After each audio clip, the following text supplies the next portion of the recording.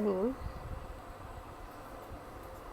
आज हम डेटाबेस का चैप्टर नंबर 3 स्टार्ट करें, एंटिटी रिलेशनशिप मॉडल। पहला क्वेश्चन हमारा entity relationship model. Entity relationship model क्या है? ये एंटिटी और रिलेशनशिप को हम पहले भी देख चुके हैं, दोबारा डिटेल से होगा। Entity relationship model is a logical representation of data in an organization. एक ऑर्गेनाइजेशन के अंदर लॉजिकली रिप्रेजेंट जब हम उसको करते हैं तो उसको हम ER मॉडल या एंटिटी रिलेशनशिप मॉडल कहते हैं। It views the entire system as a collection of entities related to one another, यानी एंटिटीज़ का आपस में रिलेशनशिप क्या है उसको हम जो है वो इस मॉडल के अंदर इंडिकेट करते हैं। It is used to describe the elements of system and their relationship। यानी एलिमेंट उसके सिस्टम के एलिमेंट्स क्या हैं, उनका आपस में रिलेशनशिप क्या है, एंटिटीज़ कैसे एक दूसरे के साथ रिलेट होती हैं, मिलती हैं, उनका क्या रिलेशनशिप है, ये सारा कुछ जो है वो हम इसके अंदर मेंशन करते हैं। It was introduce by Peter chain in 1976। 1976 में पीटर चेन ने इसको जो था वो इंट्रोड्यूस करवाया था। एडवांटेजेस हैं ER मॉडल के। Some important advantages are, first one is conceptual simplicity.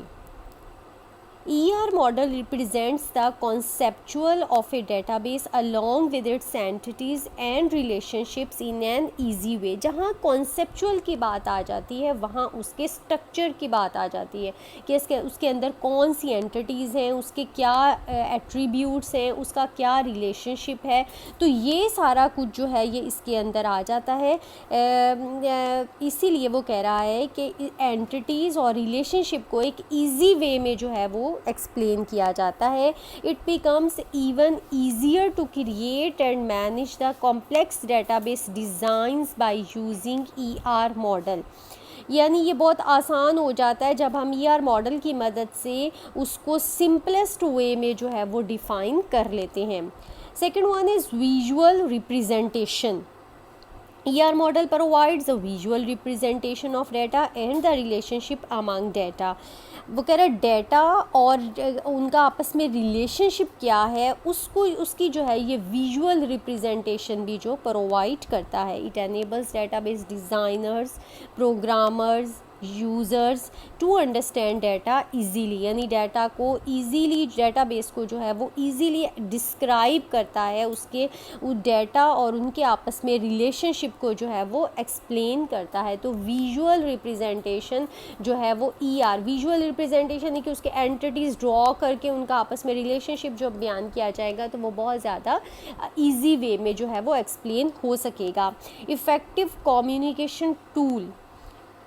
The database designer can use ER model to get different views of data as seen by programmer, manager and end users। वो कह रहा है कि designer जो है वो ER model को लेके मुख्तलिफ़ किस्म के व्यूज़ जो है वो एक्सप्लेन कर सकता है। प्रोग्रामर उसको कैसे व्यू करता है, मैनेजर उसको कैसे देख रहा है, एंड यूज़र उसको कैसे देख रहा है, तो मुख्तलिफ़ डाटा के मुख्तलिफ़ व्यूज़ जो हैं वो ईज़िली ER मॉडल की मदद से जो है वो एक्सप्लेन किए जा सकते हैं।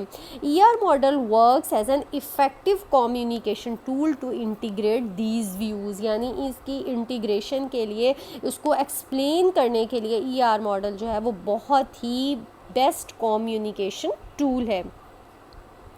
Fourth one, integrated with relational database model. Relational database, ये जो हम कंप्लीट डेटाबेस की बुक पढ़ रहे हैं that is relational database. Relational यानी मीन्स उसमें रिलेशंस आ जाते हैं, उसमें टेबल्स आ जाते हैं। तो ER model is well integrated with the relational database model, यानी ER मॉडल, ER में एंटिटी रिलेशनशिप जो मॉडल है वो रिलेशनल डेटाबेस के साथ बहुत अच्छा, उसकी मैपिंग जो है वो, उसकी इंटीग्रेशन जो है वो बहुत अच्छे तरीके से हो जाती है। The integration makes relational database design a very structured process, यानी ER मॉडल थोड़ा सिंपलेस्ट वे में हो जाता है और जो रिलेशनल मॉडल है वो फिर डिटेल में चला जाता है हमारे पास के मज़ीद उसके एट्रीब्यूट्स वगैरह सारा कुछ उसमें जो है वो इन्वॉल्व होता है। नेक्स्ट है हमारे पास एलिमेंट्स ऑफ ER मॉडल। हमारे पास 3 एलिमेंट्स हैं, उनमें से एक जो है वो आज हम स्टडी करेंगे, उसमें है एंटिटीज़। एट्रीब्यूट्स और रिलेशनशिप, ये तीन उसके एलिमेंट्स हैं। फर्स्ट ऑफ ऑल हमारे पास आ जाती है एंटिटी। एंटिटी है क्या? किसी भी चीज़ के मुतालिक जब डाटा हम कलेक्ट करते हैं तो वो एंटिटी कहलाती। An entity is a person, a place, a thing for which data is collected and maintain. यानी जिस भी चीज़, पर्सन, चीज़ के मुतालिक, किसी इवेंट के मुतालिक हम डाटा इकट्ठा करते हैं, that is called entities. For example library system है, may contain data about different entities like books, members. College system में include and student, teacher, class, यानी ये सारा कसो, यानी जिसके मुतालिक भी हम डाटा इकट्ठा करते हैं, that is called entity. Examples हैं हमारे पास, जैसे पर्सन है, टीचर हो गया, प्लेयर हो गया, डॉक्टर हो गया, प्लेस, कंट्री, सिटी, ये कुछ, और इसको हम जो है रिप्रेजेंट करते हैं रेक्टेंगल से, जो है वो एंटिटी को रिप्रेजेंट किया जाता है, उसके अंदर उसका नाम लिखा जाता है। एंटिटी टाइप, अब हमारे पास कुछ मुख्तलिफ उसके हमारे पास एंटिटीज़ से रिलेटेड चीज़ें आ जाती हैं, जिसमें पहली चीज़ है हमारे पास entity type. A set of entities with same attributes is called entity type। यानी कहता है वो एंटिटी का वो सेट जिसके एट्रीब्यूट्स सेम हों। All entities in an entity type share common characteristics, यानी उनकी सब कॉमन करेक्टरिस्टिक्स होती हैं। It is also known as entity class, इसको हम एंटिटी क्लास भी कहते हैं। जैसा कि स्टूडेंट हमारे पास एक एंटिटी क्लास है। अब तमाम स्टूडेंट्स की एक जैसे एट्रीब्यूट्स होंगे, सबका रोल नंबर होगा, सबका नेम होगा, फादर नेम होगा, डेट ऑफ बर्थ होगी, ये होगी कॉमन करेक्टरिस्टिक्स, कॉमन एट्रीब्यूट्स। तो सेम एट्रीब्यूट्स के साथ, सेम प्रॉपर्टीज़ करेक्टरिस्टिक्स के साथ जो है वो जब हम एक ग्रुप बना लेते हैं तो वो हमारे पास क्या कहलाता है? Entity type. जैसे बुक है, बुक के अंदर हमारे पास तमाम कलेक्शन जो है वो बुक्स की आ सकती है। नेक्स्ट है हमारे पास entity instance.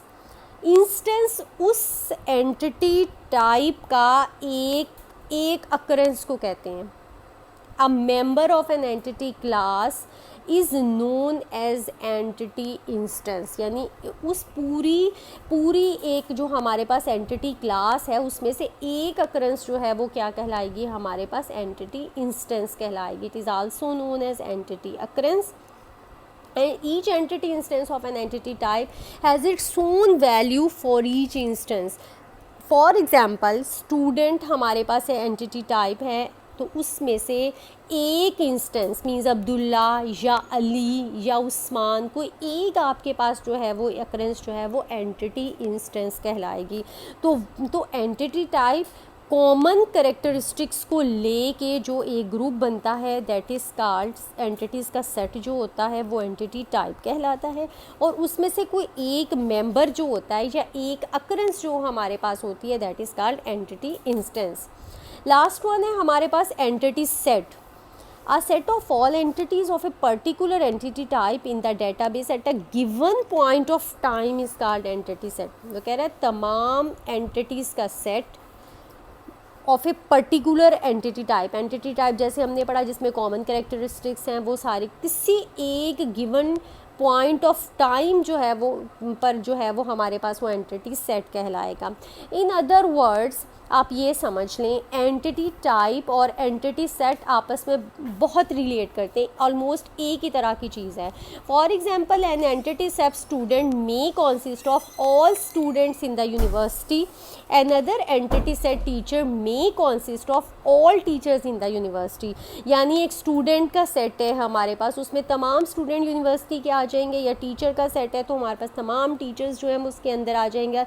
The same name is usually use for both entity type and entity set. यानी एंटिटी टाइप और एंटिटी सेट दोनों का एक ही नाम हो सकता है। बुक है जैसे कि उसने एग्जांपल के तौर पर दिया, तो उसके अंदर तमाम current set of all books जो है वो उसके अंदर आ जाएगा। तो in other words, entity type and entity set relate to same thing. यानी किसी पर्टिकुलर टाइम के रिकॉर्डिंग हो जाए तो वो एंटिटी सेट होगा, और नॉर्मली जो set of all entities of common characteristics are called entity type. Thank you.